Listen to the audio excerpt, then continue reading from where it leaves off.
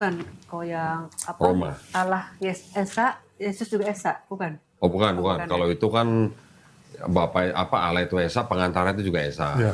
Ya. Kalau ini bukan, Bu. Bukan. Ini Roma 9 ayat 5 nih. Mereka adalah keturunan bapak-bapak leluhur yang menurunkan Mesias dalam keadaannya sebagai manusia. Yang ada di atas bukan kitab Taurat, Zabur, Injil yang dimaksud oleh Quran. Buat kami. Kalau ada teman-teman muslim yang lain yang punya pendapat lain bahwa ini adalah Taurat. Taurat yang disebut dalam Quran, ya monggo gitu. Tapi buat saya enggak, karena saya sudah pelajarin.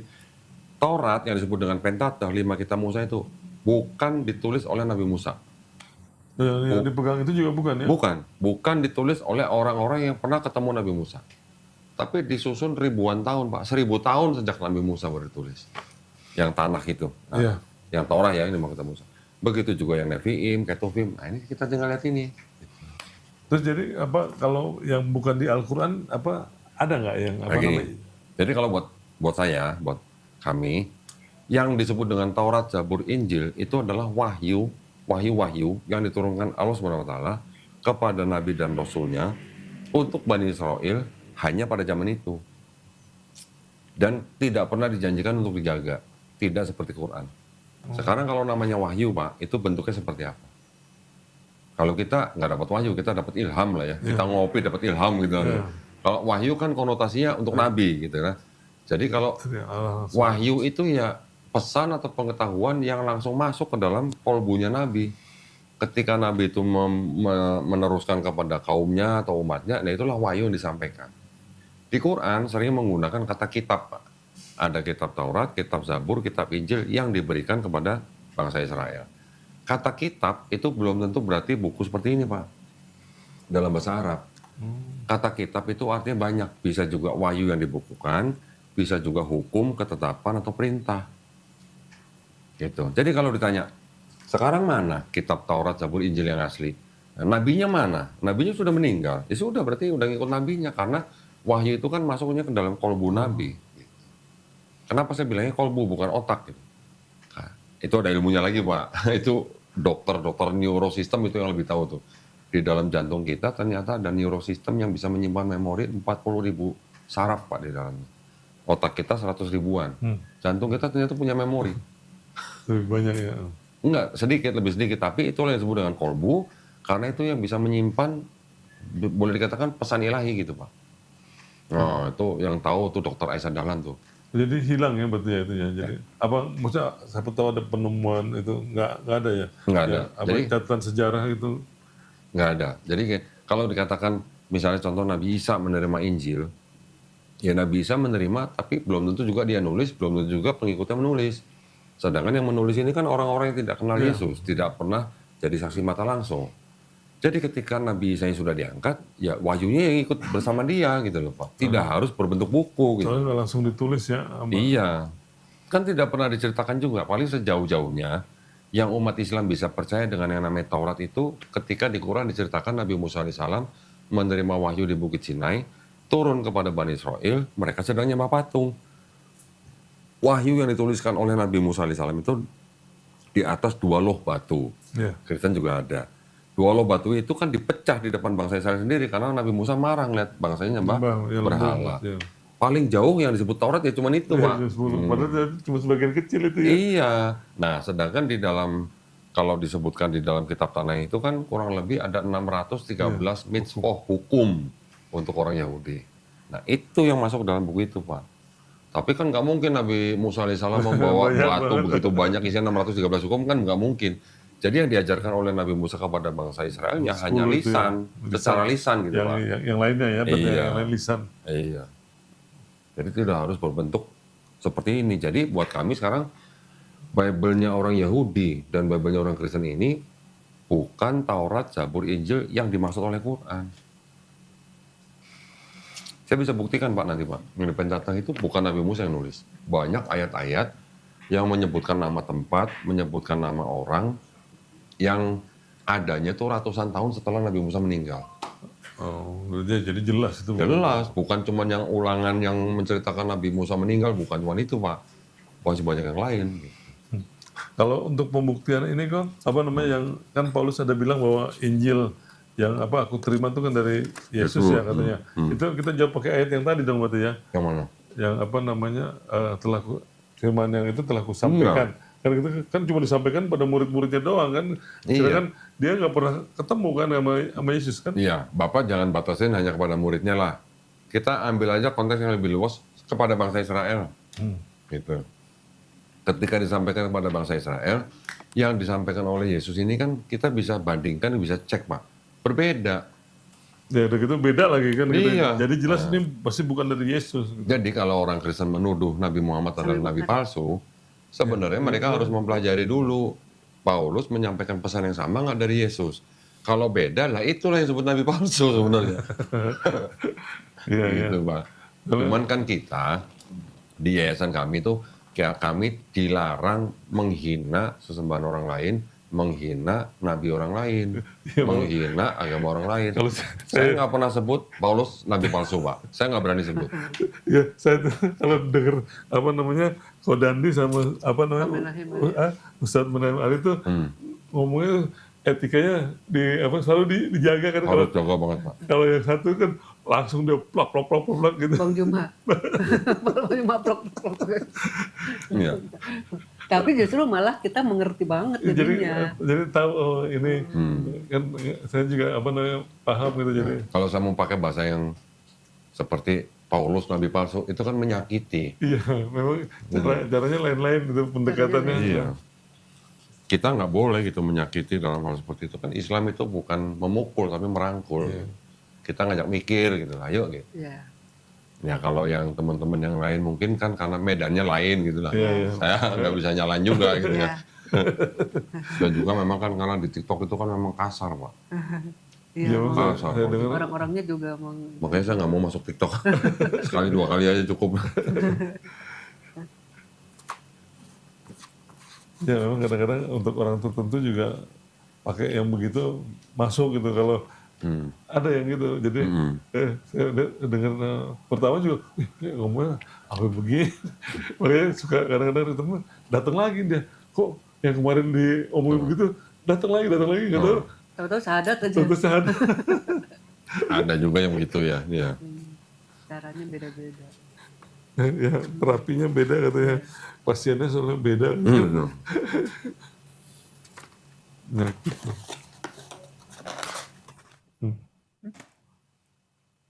Saya nyebut ayat tadi, Pak, 1 Yohanes 5 ayat 7. Kan di situ kan tertulisnya pasti tidak asli. Iya. Paling jauh saya cuma nanya orang yang saya minta baca. Kalau tidak asli itu apa kata lainnya? Palsu. Nah dia sendiri yang ngomong, bukan saya. Saya sendiri nggak berani ngomong ada ayat palsu. Yang ngomong kan ini sendiri.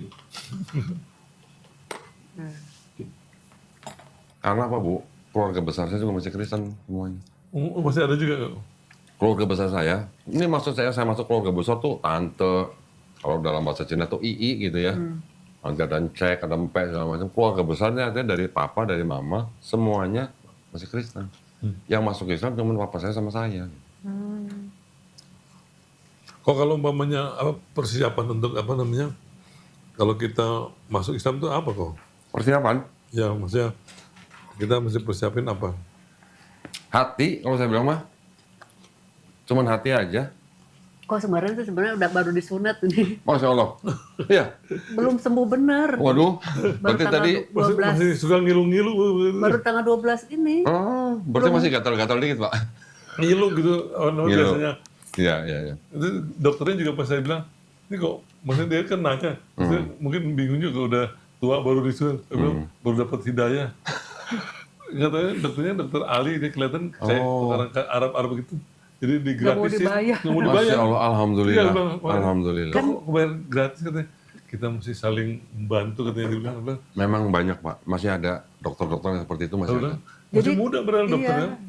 Kan di rumah sakit, soalnya kan ini ada masalah inilah gitu. Jadi kita cari aman gitu dok. Ya biar aman ke rumah sakit, nggak mau di klinik gitu. Harusnya berapa, Pak, kalau di rumah sakit? 12, harusnya 12 juta. Kita udah deposit. Sunat. 12. Kan Karena kan dokternya ada 3. Dokternya 3 kan. Jadi dokter yang ahli nggak mau dibayar dia. Jadi dokter ahli bedahnya yang nggak mau dibayar. Alhamdulillah. Jadi kembali 5 juta. Masya Allah. Dibalikin keren. lagi. Loh, kok dok pas kita kontrol, Keren. kok dibalikin lagi itunya depositnya? Udah labu katanya gitu. Keren itu. Dokternya keren. Jadi bang kita harus saling mendukung gitu ya. Ada juga seorang dokter Pak di Cilengsi juga begitu. Dia punya klinik sunat. Ketika yang datang itu mualaf gratis. Saya juga punya juru sunat. Ketika ada yang bersahadat depan saya, laki-laki, belum sunat, saya cuma minta jadwal sama dia. Tentuin hari apa, jam berapa, hari apa. Tunggu di rumah, kita kirim juru sunat di rumah gratis. Oh di rumah tuh. Di rumah. Gratis. Kita nggak minta si mualafnya untuk bayar. Setelah itu, baru kita minta juga mereka, saya minta jadwal seminggu 2 hari maksud saya, 2 kali pertemuan. Setiap pertemuan 90 menit, kita kirim guru privat ke rumah. Belajar di rumah. Belajar fikih, belajar akidah. Fikih itu seperti kayak syariat-syariat lah. Cara-cara sholat gitu lah. Akidah itu belajar teologi Pak. Ya tadi saya mau tanya kalau itu kita dituntunnya apa gitu maksudnya itu nanti dia ada Kita kirim guru privat ke rumah. Bapak tinggal tentuin hari apa, jam berapa, di mana, udah gitu aja. Nanti saya kirim guru privat ke rumah, Bapak belajar di rumah. Nanti selain itu kita juga ada kajian rutin sebulan sekali, 2 bulan sekali. Gitu. Jadi kita nggak lepas Pak. itu kajian di apa online atau di mana? Oh enggak, kita undang. Oh, Kita undang iya. Kalau online kurang ini Tempatnya di Pak. mana Pak biasanya? Nanti kita sediain tempatnya Bu. Ada. Kita ada kerjasama dengan salah satu rumah yang dulu sering dipakai buat wedding, sekarang buat dakwah. Itu kan lihat apa namanya yang ada yang siapa yang perempuan tuh yang tadi main organ di gereja atau udah bisa Oh itu yang apa? Tadi Siapa? Jesslyn itu ya? Oh, Jesslyn. dia bilang katanya nggak bisa tahu udah sekarang udah banyak apa Iya. Tapi yang Cepet itu juga kan ya. gampang ya, kayak apa? Apa? Apa kan dia kan belum bisa kayak baca untuk apa sholat, kayak Quran. Bacaan Quran. sama sekali nggak bisa. Sama sekali. Nanti ada bukunya Pak nih. Ini buku bacaan Quran. Baca Tuntutan untuk belajar sholat. Untuk sholat. sholat. Nanti ada yang buat Quran, ada ini buku Iqra namanya. Ikro. Iqra ini jadi kayak anak TK, anak SD Pak Kayak belajar ABCD gitu. A B C D E gitulah. Ini Budi, itu Budi, Ibu Budi gitulah. Iya. Tapi ini dalam huruf Arab. Ini kalau diikuti dengan rutin Pak, ini kuncinya cuma diulang. Diulang. Kuncinya cuma diulang. Kalau belajar sekali, sebulan lagi baru belajar ya nggak bisa. Harus rutin. Waktu Kodani itu berapa lama? Sama, cuman karena saya dulu kan sering ke luar pulau Pak. Proyek saya kan di Sumatera Selatan. Jadi ketika saya belajar di sana, udah balik lagi sini. Jadi belajarnya kadang-kadang terputus gitu. Tapi akhirnya saya bilang, udah mendingan daripada begitu, mendingan saya pakai guru privat. Dulu kalau saya ke Sumatera atau kemana yang ngajarin istri saya Pak. Oh, iya. Iya. Ketika pakai guru privat itu baru cepat. Baru karena rutin dan sering diulang gitu Pak. Jadi hanya saya mengulang buku Iqra berapa kali, udah langsung masuk ke baca Quran. Cepet. Bapak jangan pernah takut masalah gituan Pak. Itu masalah kecil sebenarnya. Orang biasanya sudah membayangkan, waduh takut gua nggak bisa bahasa Arab. Aduh jangan itu mah. Ikutin ya itu ya. Ikutin aja. Itu mudah Pak. Mudah.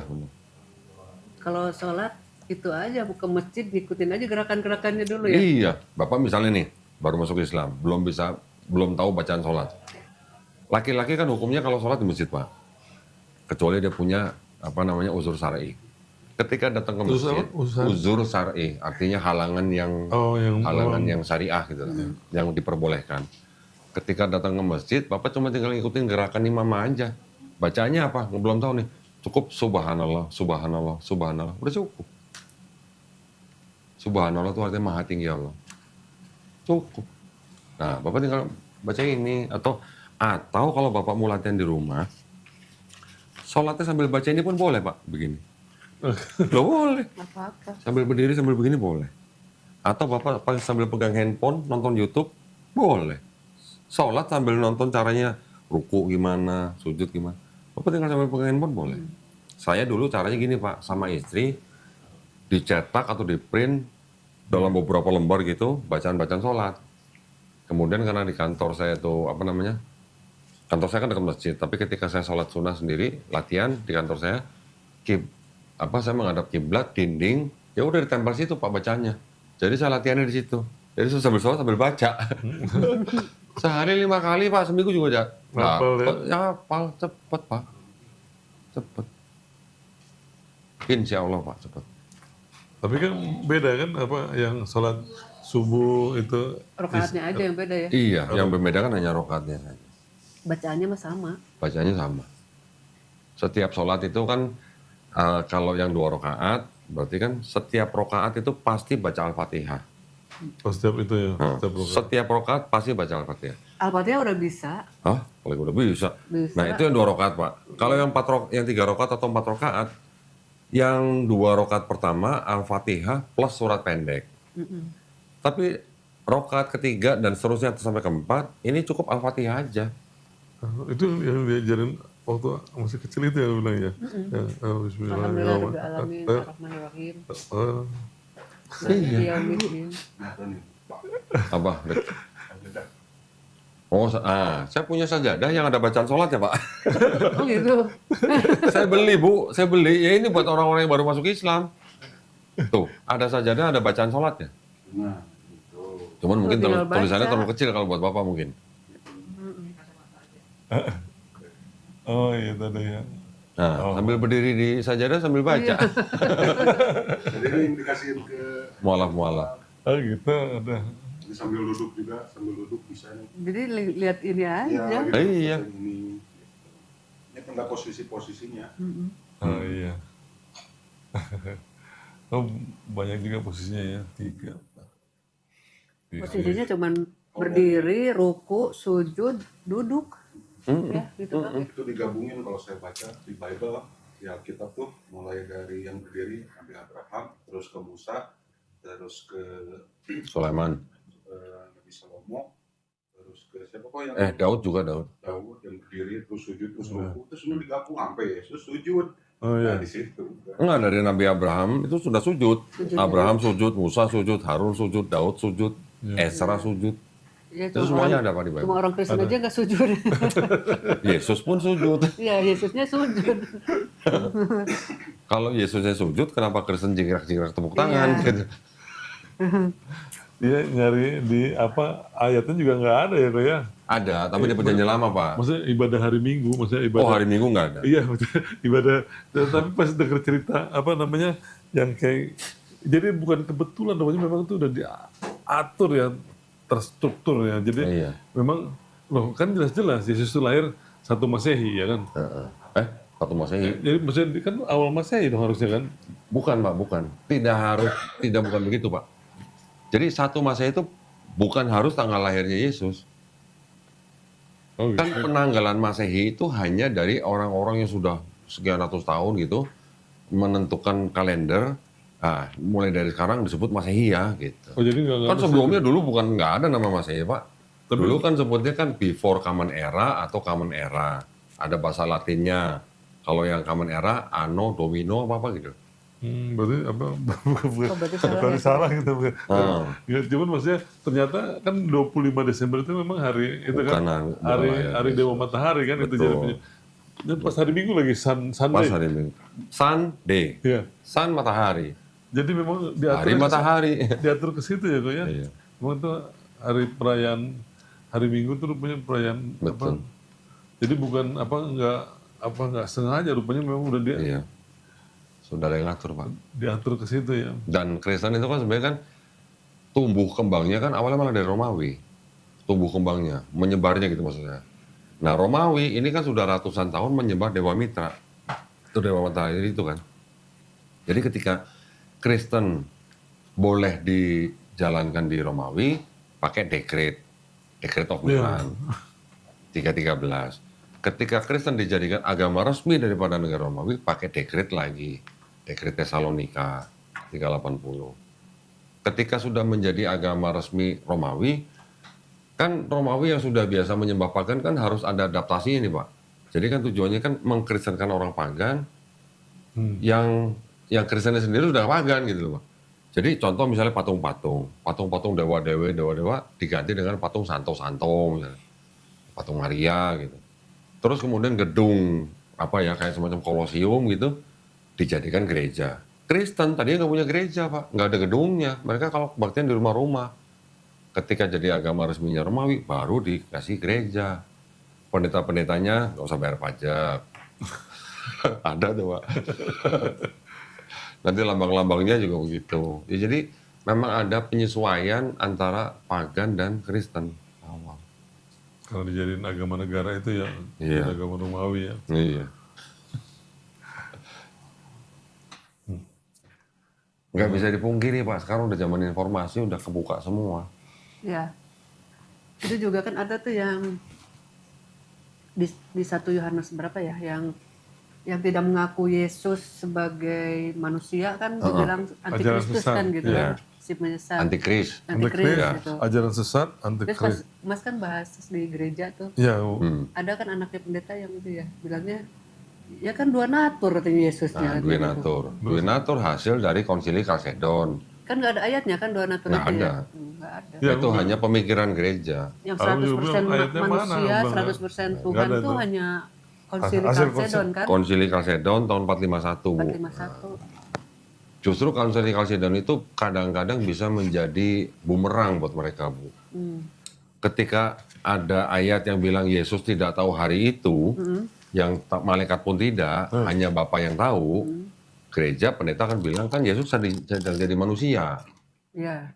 Ketika jadi manusia dia nggak tahu, tapi gara-gara konsili Kalsedon itu jawabnya gampang sekarang. Tapi kan Kalsedon menyatakan bahwa Yesus sepenuhnya Tuhan, sepenuhnya manusia. ya 100% manusia harus Berarti pada saat dia jadi manusia dia juga Tuhan menurut Kalsedon gitu. Nah, berarti kalau mereka nggak mau mengakui Yesus tidak setara dengan Bapa, pertanyaan kita kan tinggal begini, kalau begitu sebenarnya Yesus tahu tapi pura-pura nggak tahu, atau benar-benar nggak tahu? Itu aja kan Pak. iya. Bapak udah pernah nonton video saya yang saya tanya tentara Romawi yang nyalib Yesus itu berjasa apa berdosa belum? Ya, yang berjasa apa berdosa tuh Oh, yang iya. Yesus rela nggak disalib gitu kan, itu kan. Itu kalau diurut-urut Pak, berarti penyebab penyaliban itu kan iblis. Ya, harusnya ini Iya. berjasa ya. Karena iblis yang membisiki Yudas. Iya. Kalau iblis tidak membisiki Yudas kan tidak akan ada penyaliban. Berarti iblisnya berjasa apa berdosa? Harusnya Berjasa berjasa ya. Cuman kalau waktu kemarin kita dengar itu Dari kalau Ustadz Rahmat Baikuni itu, jadi itu kan Yudas jadinya kan jadi apa Samiri ya. Gini Bu, kalau yang namanya Yudas Iskariot itu dikatakan kan dia yang diserupakan dalam tafsir Bu, bukan dalam ayat Quran. Ayat Quran tidak pernah menyebutkan Yudas Iskariot. Ayat Quran surat An-Nisa ayat 157 yang mengatakan bahwa Nabi Isa alaihissalam itu tidak dibunuh dan tidak disalib, ya ini ditafsirkan Bu, ada tafsirnya kan. Ya. Tafsirnya ini bahwa yang diserupakan itu adalah Yudas Iskariot, murid Yesus. Tapi ada tafsir yang lain dari Ibnu Abbas yang mengatakan bahwa yang disalib serupakan itu adalah murid Nabi Isa alaihissalam yang paling muda. Gitu. Kalau yang tadi Ustadz Rahmat Baikuni mengatakan Yudas Iskariot itu dajjal dan sebagainya, itu ya itu hanya apa ya, kayak semacam penafsiran gitulah. Ya, penafsiran. Penafsiran bahwa Yudas itu sudah merupakan dajjal yang datang pada zaman Nabi Isa gitu lah. Kurang lebih seperti Iya. itu. tapi kan apa Yesus juga bilang kalau dari 12 muridnya satu iblis. Nah iya itu. Iya kan? Iya, ya itu. Jadi nyambung. Tapi kalau saya yakin Ustadz Rahmat tidak mengambil referensi dari Bible. Enggak. Iya, Enggak. enggak. Tapi maksudnya kalau Tapi maksudnya kita tuh kok nyambung gitu nyambungnya loh. ke situ gitu. Iya. Mendengar itu Iya. di Alkitab Tapi itu bukan ya, tidak ada teksnya sih. Kalau Yudas yang dajjal itu nggak ada teksnya Bu. Jadi penafsiran ya. Dia cuma nyambungnya gitu aja bahwa Yesus bilang hal satu dari Sekarang itu. gini Pak, ya Bapak Ibu nih saya tanya, Kristus artinya apa Pak? Yang diurapi kan Mesias ya. Mesias. Kristus itu kan artinya Mesias. Di Islam kita mengenal Al-Masih. Jadi Yesus Kristus itu sama dengan Isa Al-Masih.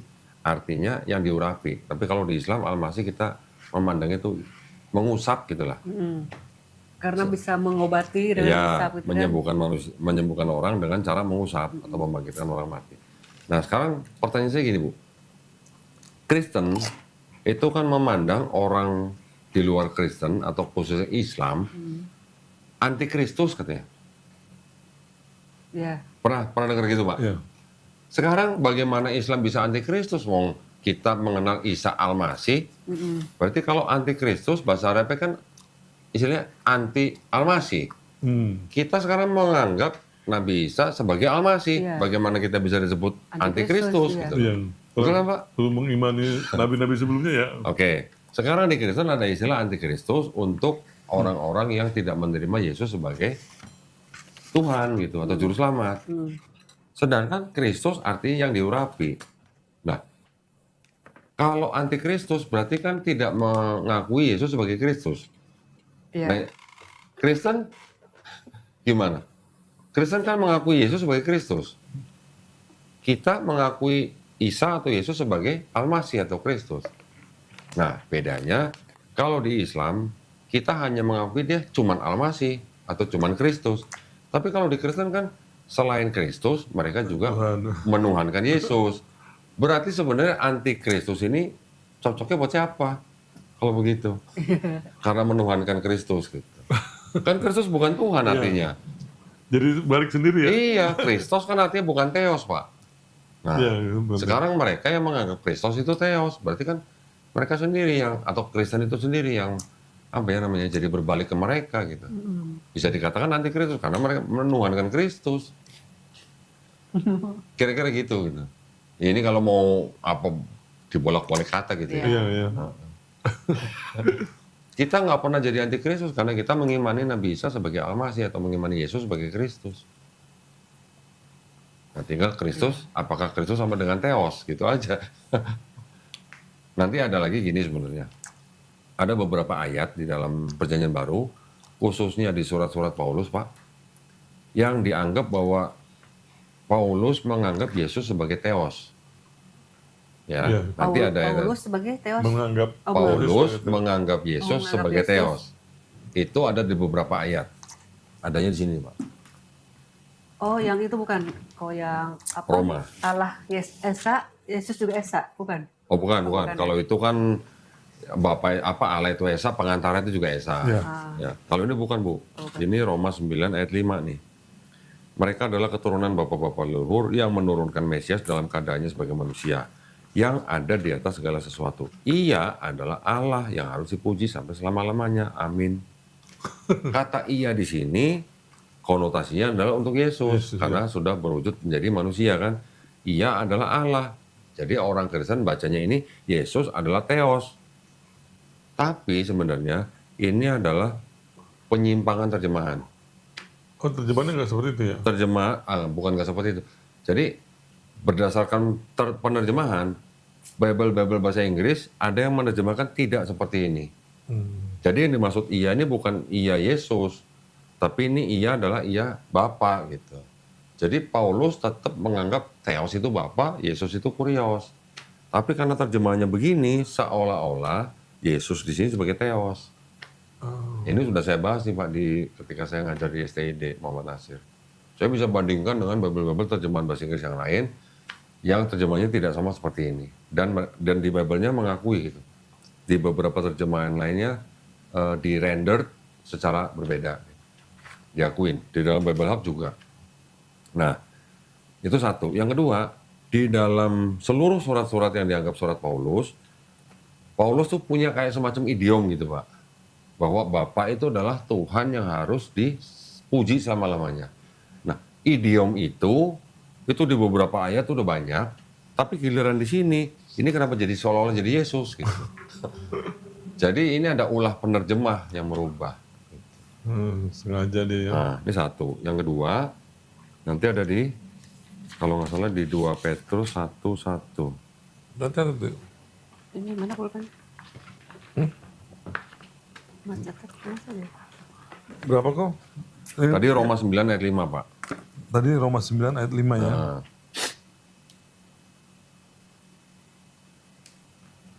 Oke. yang kedua dari 2 Petrus 2 Petrus. pasal 1 ayat 1. Nih, dari Simon Petrus, hamba dan rasul Yesus Kristus, kepada mereka yang bersama-sama dengan kami memperoleh iman oleh karena keadilan Allah dan juru selamat kita Yesus Kristus. Jadi seolah-olah di sini Yesus Kristus adalah Allah dan juru selamat. Padahal Allah ini sebenarnya ada Bapa gitu. Oh, jadi itu koma ya harusnya gitu ya. Nah, ini permasalahan tanda baca, Pak. Tanda baca menentukan arti gitu. Iya. Nanti saya bisa kasih Bapak bahasan saya di video saya ketika saya kasih kuliah ke anak-anak SD.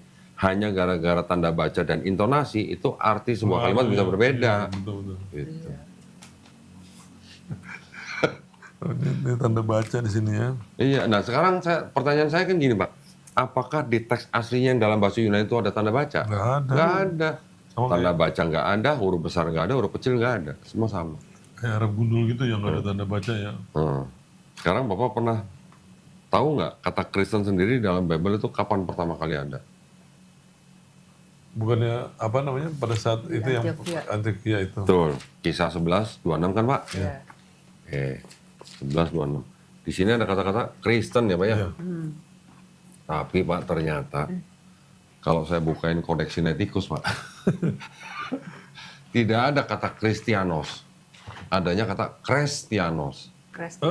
Cuman beda seperti huruf, bentuknya seperti huruf E yang dihapus menjadi I.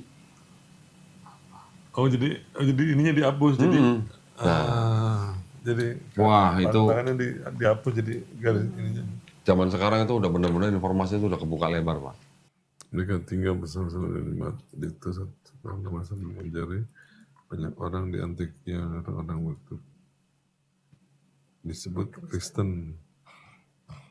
Itu maknanya jadi apa, Kodandi kalau Kalau dibuat begitu? Kristianos kan Kristen, kalau Krestianos itu yang baik. Oh, jadi yang baik gitu. Iya. Kristianos. Ini Pak, kata Kristen itu kan di dalam Bible itu kan adanya di Kisah Para Rasul 11:26, Kisah 26:28, 1 Petrus 4:16. Kalau kata Kristen dalam TB itu sampai ada kata 6. Tapi di sini ini terjemahannya terjemahan tambahan nih Pak. Di teks aslinya nggak ada gitu. Ini yang di Kisah 11:26, 26:28, 1 Petrus 4:16. Kristen kan ya atau Kristen. Ketika kita buka di dalam, nah ini ada tulisan Tacitus, judulnya Annals. Ini ada kata-katanya, tulisannya begini Pak. Kristianos gitu. Ya. Di sini ada semacam kayak ada yang dihapus nih Pak. Ini baru di tulisan orang sejarawan Romawi nih. Belum yang di, nah ini harus. Oh iya kelihatan ya. Kelihatan kan? Iya. Ada bayangan kan? Iya. Oke. Sekarang kita lihat yang di Kodeks Sinaiticus nih. Ini abad keempat loh Pak. Ini udah dianggap Alkitab yang paling lengkap yang masih bisa disimpan manusia nih. Di Acts 11:26. Ini ada kata-kata yang disebut dengan Kristianos nih Pak ya. Iya. Seperti ini Pak tulisannya Pak. Kita perbesar lagi Pak. Kelihatan nggak Pak ada bayangan? Kabur ya, ada bayangan, ada kabur. Saya gedein lagi Pak. Iya. Iya. Itu Tadinya seperti huruf H menjadi I. Iya. Nah, jadi kalau ini dibacanya Kristianos, tapi kalau masih berbentuk huruf H, bacanya Kristianos. pengaruh ya, jauh ya artinya ya. Yang seperti huruf H ini adalah huruf eta Pak, kalau orang Yunani sebutnya. Kalau yang I ini adalah huruf iota. Jadi huruf eta dihapus menjadi huruf iota. Kenapa harus dihapus gitu? Dan ini ketiga-tiganya Pak, tadi yang di KJP 3 itu, ketiga-tiganya semua dihapus begini. Ini di Kisah 11:26. Nanti di Kisah 26:28. Ini nih Pak kata Kristen itu. Dia nyambung nih ke bawah nih. Ini bahasa Yunani ya? Yunani. Bapak perhatikan nanti di sini nih ya. Ini saya perbesar nih. Tuh. Kelihatan nggak pada bayangannya? Iya. Ada. Tadinya eta menjadi iota. Harusnya itu ya. Ya. Iya. Ini Kisah 26:28. Sekarang, nah ini lebih kelihatan lagi tuh. Iya. Kalau ini 1 Petrus 4:16. Nih, nah. Dan baru begini aja udah kelihatan tuh pada bayangan tuh. Tuh. Oh. Ya gitu ya. Ya kan? Kalau ini apa namanya? Ini kan bahasa Yunani. Iya. Kan Quran ini kan pernah bilang apa namanya yang dari kalau yang terjemah yang apa yang dari Taurat itu kan dari bahasa aslinya ke bahasa Yunani itu Dari Ibrani. Ini Septuaginta. maksudnya dari ya Ibrani ke Yunani itu kan ada apa istilahnya apa Resensi. resensi. Ya, Nah ini saya tunjukin. Bukan, kalau ini kan perjanjian baru, Pak. makanya ini ini perjanjian baru. Kalau perjanjian baru kan tidak ada hubungan dengan Septuaginta. Ya. Tidak ada hubungan maksudnya berasal gitu. Berarti kalau resensi itu udah sengaja dong berarti ya dan dia. Saya tunjukin ya Pak ya. Saya tunjukin. Ini yang disebut dengan Septuaginta nih Pak. Saya juga harus pakai tanah nih. Karena kan ini diterjemahkan dari tanah. Beda ya. Saya buka di Yesaya 7:14 nih Pak. Nah ini Bapak pegang nih. Itu terjemahnya apa Pak? Himself. Therefore, Therefore, my Lord Himself will give you a sign. Behold, the young woman. Yeah. Ya Pak ya? Yang And momen. is pregnant. Sekarang kita baca yang di KJV Pak. Perempuan muda. Yeah. Oh itu yang Nah dia. bukan itu untuk raja siapa? Ibu baca yang Oh, iya. KJV Bu. Ini, Therefore, the Lord Himself will give you a sign.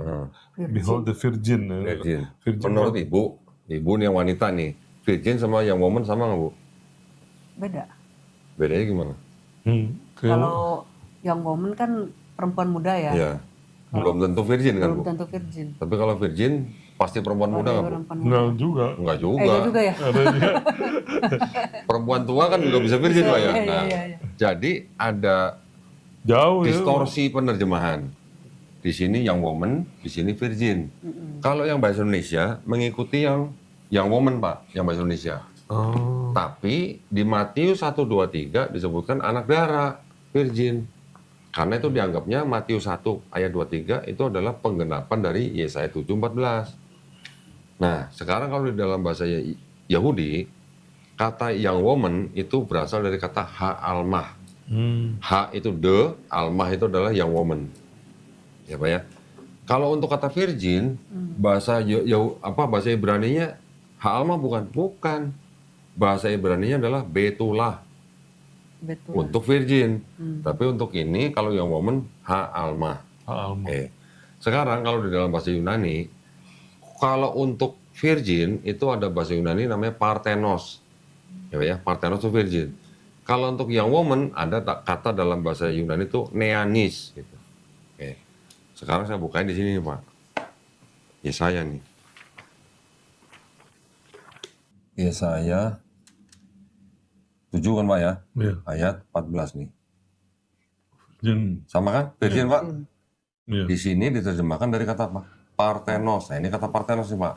Iya, benar. Nah, Parthenos ini yang menjadikan kitab bahasa KJV itu menerjemahkan menjadi virgin. Sedangkan ini kan berasal dari kata ha-almah. Iya. Kata ha-almah yang sama di ayat lain diterjemahkannya bukan Parthenos, tapi neanis. Bisa kasih lihat nih Pak. Jadi apa double itu ya? Di Keluaran Exodus pasal 2 ayat 8. Ini nah menjadi neanis. Iya. Sini apa Pak? Yang woman. Yang woman. Jadi yang woman itu harusnya neanis bukan Parthenos. Sedangkan kalau teks aslinya di sini kan yang woman. Yang woman. Kenapa di sini jadi Parthenos, virgin? Nah, sebenarnya apa masalahnya? Mau diterjemahkan virgin atau yang woman? Masalahnya apa sih? Masalahnya adalah Kristen berusaha menggantungkan ayat Matius 1:23 kepada Yesaya 7:14. Jadi Maria sebagai anak darah virgin, ya kan? Iya, salah. Yang memang mau lahir Yesus itu sudah dinubuatkan oleh Yesaya. Tujuannya itu. Kan di Matius 1:23 juga disebutkan, ia akan disebut Immanuel. Di ini kan juga disebut Immanuel. Iya. Sedangkan kalau kita pelajarin, kita baca semua gospel, Matius, Markus, Lukas, Yohanes, pernah nggak Yesus disebut sama orang selain ibunya Immanuel? Pernah baca nggak Pak? Enggak. Nggak pernah. Jadi itu hanya ayat kutipan dari Yesaya yang ditulis oleh penulis Matius bahwa seolah-olah kitab ini sudah berbicara tentang Yesus. Gitu. Jadi soalnya nubuatan tentang Yesus Iya. yang apa dibilang rabi-rabi itu nggak ada gitu. Iya. Nah sekarang kalau kita baca di sini Pak, maaf. Di sini kan orang Yahudi juga punya hak untuk menafsirkan kan Pak? Iya. Yesaya 7:14 ini sebenarnya sudah digenapi. Digenapinya di mana? Di Yesaya 8 ayat 3. I approached the prophetess, istrinya Nabi Yesaya, and she conceived and bore a son, and Hashem said to me, name him Maher Shalal Hasbaz. Plunder Hasan spoils quicken. Inilah yang disebut dengan anak ini. Jadi Immanuel di sini sebenarnya bukan nama Pak, tapi hanya ungkapan Allah beserta kita gitu. Itu bukan nama. Nah, karena Yesaya sendiri pun juga disebut Immanuel. Immanuel. L tadi kan nama Ya, Tuhan. Tuhan, Iya.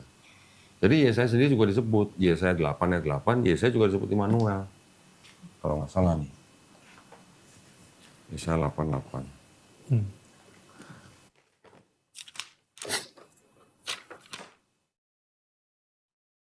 Nah ini kan ayat yang turun kepada berfirmanlah Tuhan kepadaku. Ini kan Yesaya nih. Iya, Berarti kan firman Tuhan kepada Yesaya. iya, Di ayat 8 disebutnya apa? Ya Immanuel. iya. Ya, Immanuel. Yesaya juga disebut Immanuel. Iya. Sedangkan Yesus di 4 gospel nggak pernah disebut orang Immanuel. Nah, jadi kan ada yang aneh. Nanti ada lagi Pak, Yesaya 9 ayat 6. Oh, kalau Yesaya 9 ayat 6 di sini lebih parah lagi. Nah, yang jago bahasa Inggris siapa nih? Bapak atau Ibu nih? Nggak ada yang jago. Gak ada yang jago. Saya harus menerjemahkannya gini Pak. Ini kan kita lihat yang bahasa Inggris Pak ya.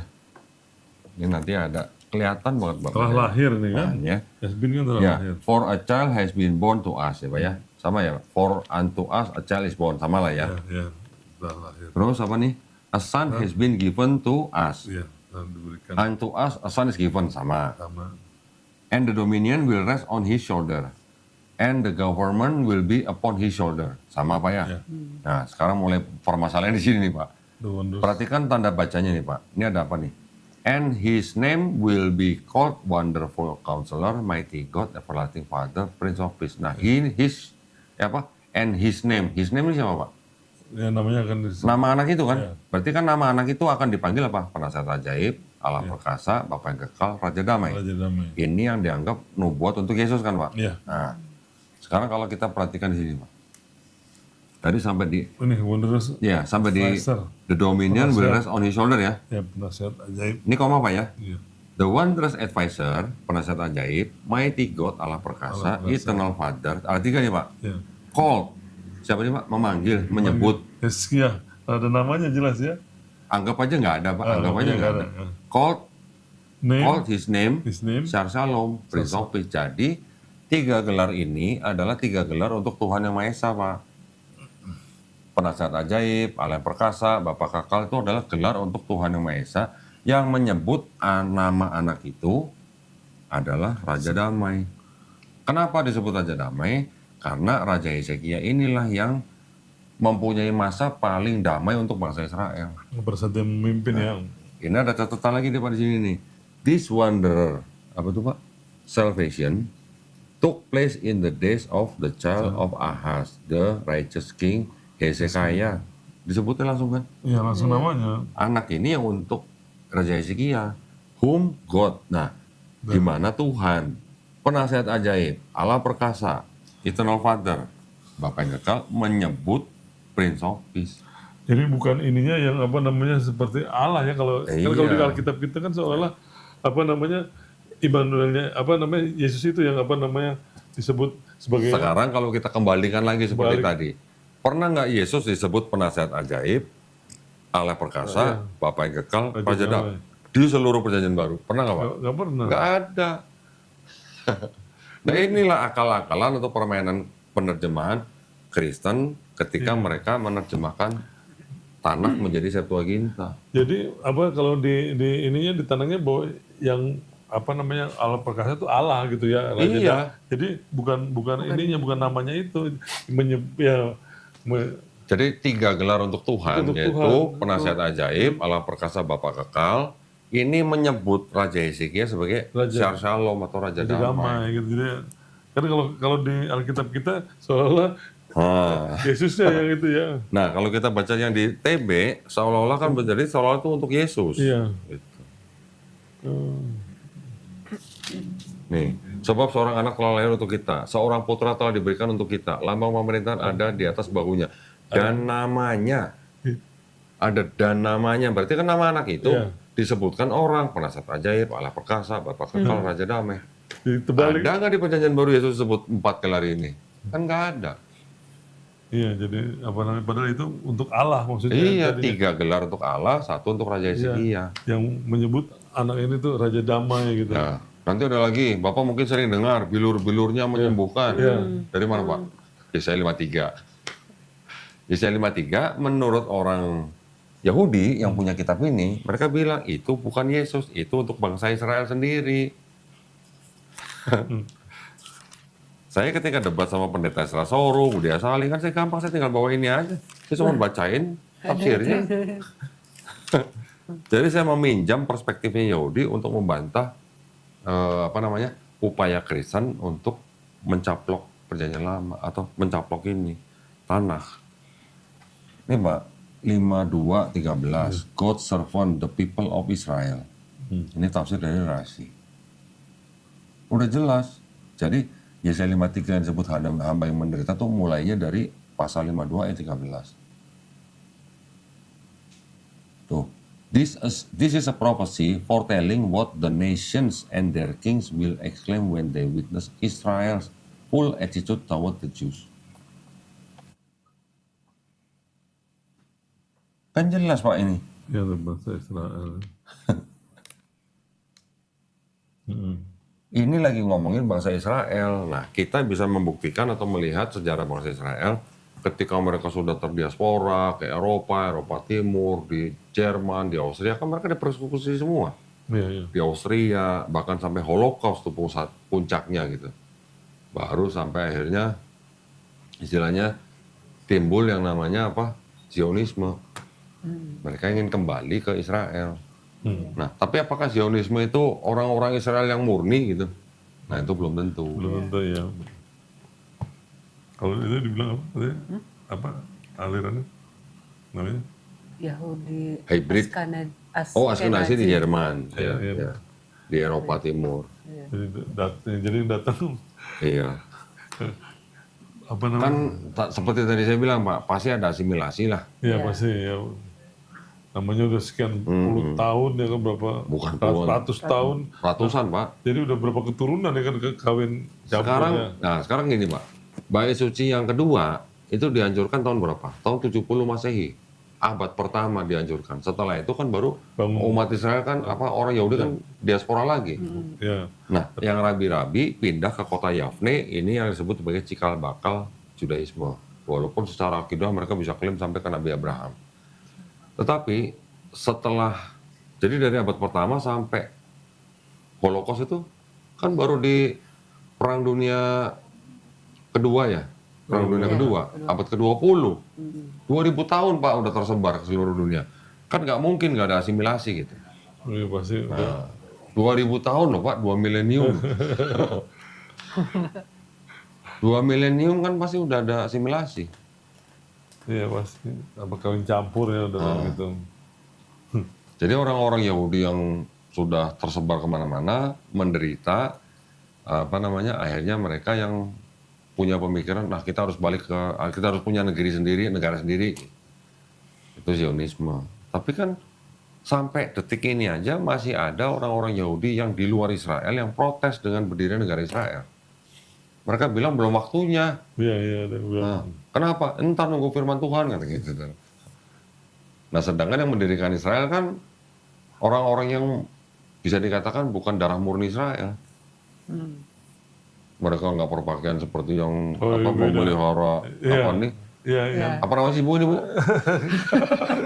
Ya sampai kerual-kerual ke sini kan, pakai topi yang tinggi-tinggi begitu kan? Nggak begitu. Baik. Jadi kan lucu Pak, gini, sekarang kalau ada orang Kristen di Indonesia membela bangsa Israel di Palestina, lucu nggak Pak? Hubungannya apa coba? Kristen dengan Israel di sana tuh hubungannya apa? Nggak ada hubungannya kan? Hanya ada masalah karena orang Kristen menggunakan kitabnya orang Yahudi. Iya. Itu aja. Hanya karena ada, boleh dikatakan kedekatan cuma secara sentimen rohani gitu. Kan mereka bukan bangsa Israel, orang Kristen yang di sini. Ngapain ngurusin Israel yang di sana gitu? Hanya urusan sentimen rohani aja, karena ada kitab yang sama. Padahal Yesus juga bukan cuma untuk bangsa Israel ya. Iya, Yesus ngakunya aku kan hanya untuk domba-domba yang tersesat dari bangsa Israel. Iya. Begitu dia datang juga nanti cuma untuk menghakimi 12 suku itu dengan 12 buah. Iya, kalau di Bible. Iya kan ada. Tadi kan Ibu nanya Matius 28:19 ya? Iya. Saya punya Matius yang dalam bahasa Ibrani, Bu. Itu siapa? yang Amanat Agung. Oh, Amanat Agung ya. Ini Matius dalam bahasa Ibrani. Yang punya Rabbi Shem Tov namanya. Ini Matius 28:19 nih, Ibu bisa baca sendiri nih. Tulisan bahasa Ibrani cuma segini, artinya dalam bahasa Inggris begini, Bu. Oh gitu, ini cuma gini dong. Iya, cuma pergilah Pergi. ke seluruh bangsa, jadikan semua muridku mana? Nggak ada orang di sini cuma segini. Matius 28:19. Iya. Gila. Kalau yang Markus 16 itu kok? 16, dari ayat 9 sampai 20. Iya. Go aja. Gitu doang. Di sini aja, ini ada catatannya nih. Itu juga kan bukan itu ya? Bukan, itu juga banyak yang tidak memuat ayat itu. Ini. Sorry, ini tadi Matius nih ya. Markus. Nah, ini Markus nih. Nah, ini. Sekarang saya minta tolong Bapak cari di dalam yang bahasa Inggris. Ini sebelum ayat 9 nih, Pak. Ini cuman iseng-iseng berhadiah aja nih.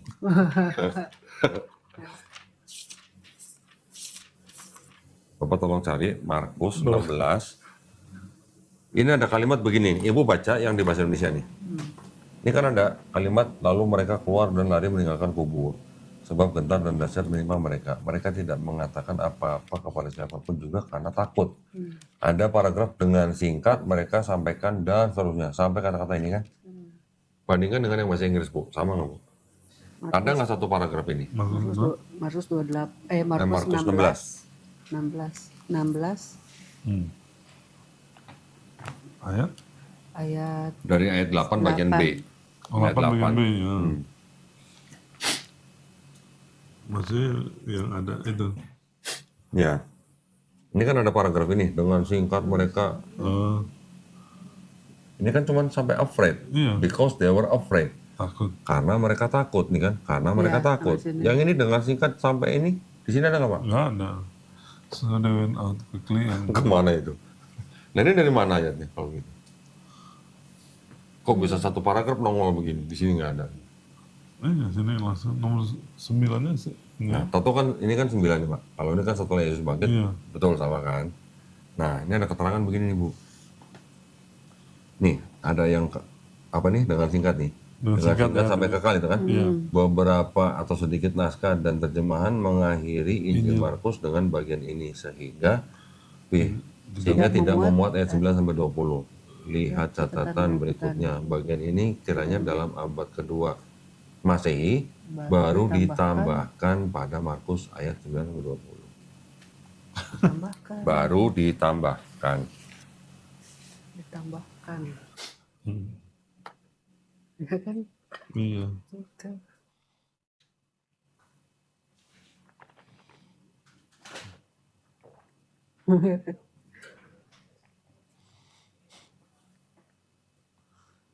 Kalau yang penampakan Yesus itu mah Kalau yang apa penampakan Yesus apa di Emmaus. Emmaus ya. Itu asli atau enggak sih? Di mana, Pak? Yang untuk apa namanya Yesus apa Menampakkan penampakan ke murid-muridnya itu Hmm. perjalanan ke Emmaus. Itu bener nggak itu? Oh yang apa namanya terus dia kasih lihat suruh pegang apa? Oh, ya, ini Itu- Pak. Saya ceritakan dulu, Ya. agak mundur sedikit, Pak.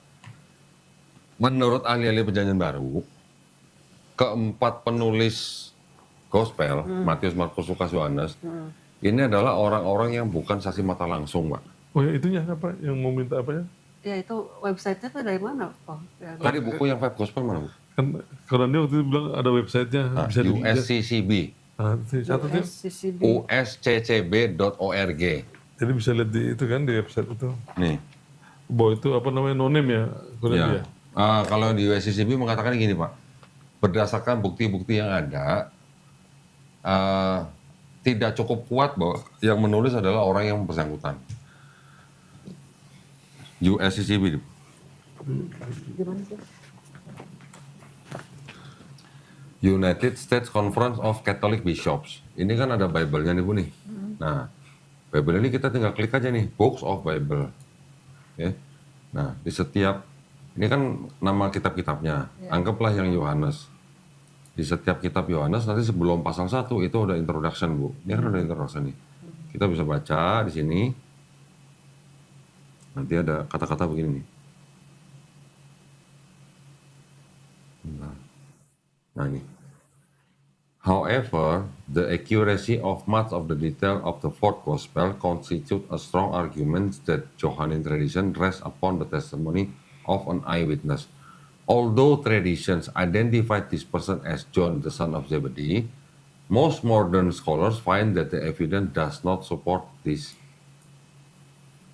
Ya. Meskipun tradisi mengidentifikasi orang ini sebagai Yohanes anak Zebedeus, kebanyakan ahli-ahli atau sarjana-sarjana modern menemukan bahwa bukti-buktinya tidak mendukung ini. Tidak mendukung. Jadi scholar sudah menolak bahwa yang menulis kitab Yohanes itu adalah Yohanes anak Zebedeus. Ini untuk kitab Yohanes. Nanti begitu juga yang Markus, Matius, Lukas. Oh, ada di masing-masing kitab. Ada, masing-masing kitab ada penjelasannya, Pak, gitu. Itu udah jelas gitu. Bahkan udah jadi rahasia umum bahwa gospel yang ditulis pertama itu adalah Markus, penulis Matius dan penulis Lukas itu dua penulis yang nyontek Markus. Oh, iya. Karena di dalam Matius 80% dari Markus, yang di Lukas 60% dari Markus. Pertanyaannya sekarang, kalau memang Markus yang pertama menulis, Markus nyontek dari mana? Ini yang mungkin Bapak belum pernah dengar di video saya nih. Saya tunjukin Pak bukunya, Pak.